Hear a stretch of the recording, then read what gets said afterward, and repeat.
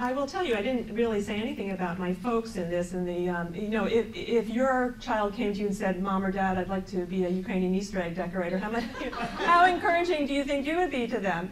So I kind of got some negative messages when I first started. Even at the Pink Tent Festival, my mother said, "Jane, no one will ever pay for one of your eggs."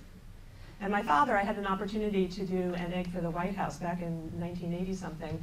And I was so excited, and I said, they're going to be at the White House, and then they're going to go to the Smithsonian. And my father said, "I'm sure only the best ones will go to the Smithsonian." So on some level, I have wanted to prove to these people that I could make a business out of this, and persistence is the key ingredient to that. So I want to talk about persistence. And the example I want to give is a company that I wanted to pursue from the second I saw their cards. I don't know if any of you are familiar with Paper House Productions. They started the die-cut note card. And from the first time I saw them, I thought, I wanted my eggs to be on these cards. Couldn't you just see it? So this was 1988, pre-everything technological. I sent a letter and maybe a photograph of an egg, and I said, I suggested my idea. And a week or two later, via snail mail, I got an answer saying, "Great idea." From the art director, it's like, okay. She didn't, I thought, you send it and you get a check. No.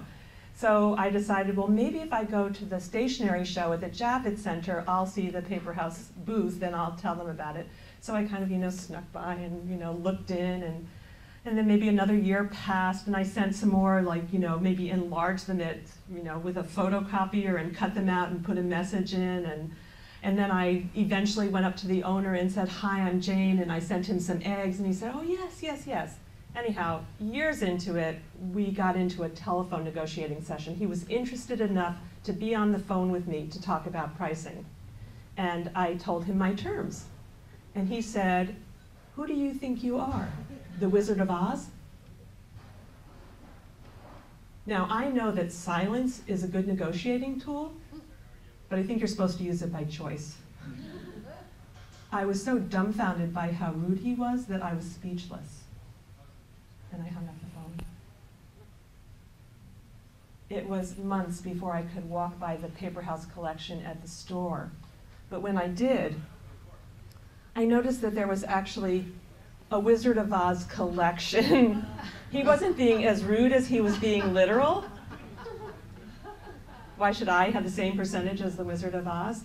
So I knew I was going to have to do more than click my heels together. There were 4 more rounds of correspondence and 5 more rounds of correspondence and 4 trips to the Javits Center. So I knew I was going to have to do more than click my heels together. In 1996, the hardcover version of my book, Decorating Eggs, came out.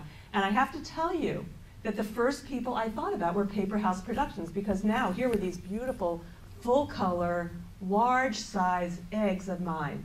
And I sent them a copy, and I enclosed a card that said, "Last chance." I call that my what the hell marketing campaign. 3 days later, they called and ordered 2 of my designs, 9 years after that initial correspondence.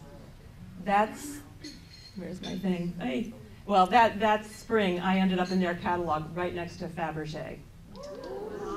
Now, I will tell you that every success I have had has been preceded by fear, rejection, but most of all, persistence.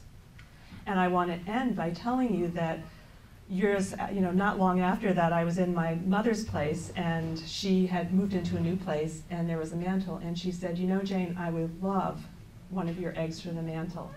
And I can't tell you how touched I was that finally, after all these years, my family was giving me the recognition that I wanted. And I looked at her and I said, "MasterCard or Visa?" Thank you.